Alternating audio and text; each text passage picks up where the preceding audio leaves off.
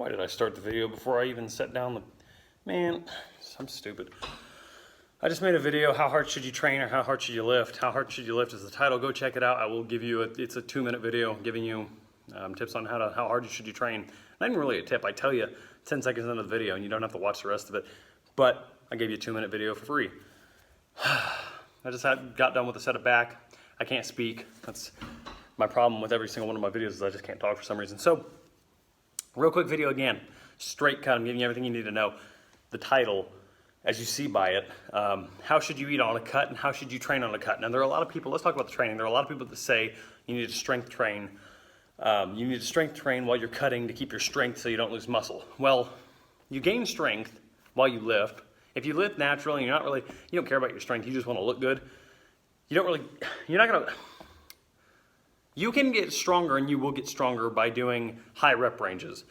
Of course, you're gonna get stronger faster if you do strength training versus hypertrophy training or training for mass, of course, but train how you would normally train, but train harder. If you already train super hard or as hard as you can, then you're good. But if you don't train hard enough, train hard.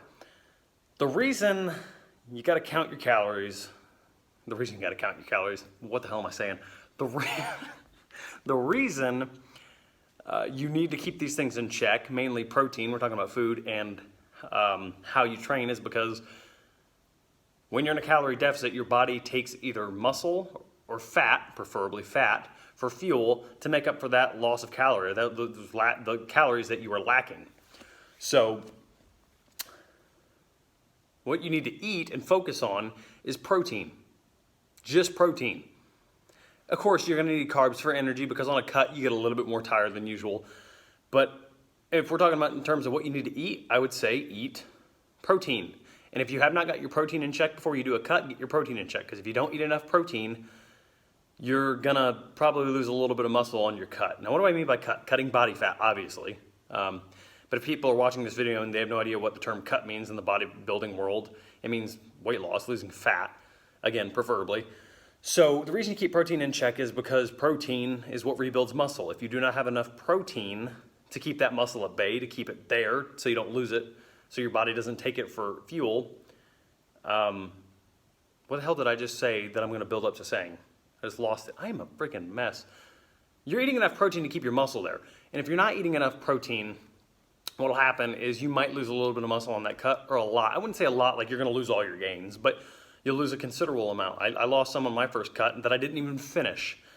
So I would eat 1 gram of protein per pound you weigh, not lean mass. So if you weigh 200 pounds, eat 200 grams of protein, or near that. I would say at least you're 200 pounds, eat 150 to 200 grams of protein. You should be fine. Again, the reason you keep your protein in check, that's what I was trying to say earlier before I forgot. I was gonna give you the answer, but I just forgot for some damn reason.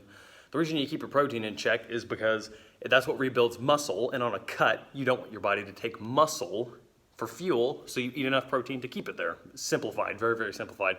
And you train, obviously, so you don't lose muscle, because if you just count your calories and you count your protein intake, but you don't lift, you're gonna lose muscle. So let's sum it up. What do you do to build muscle? You lift, you break down the muscle fibers. So on a cut, you're kind of keeping it there, right? You can gain some muscle on a deficit, definitely, but you'll gain more muscle out of a deficit and just eating normally, or eating how you normally would, bodybuilding.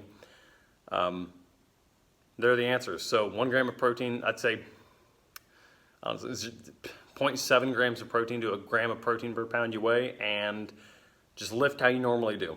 I would include some strength training days in there. I mean, you should mix it up, but you don't have to. Just lift how you normally do.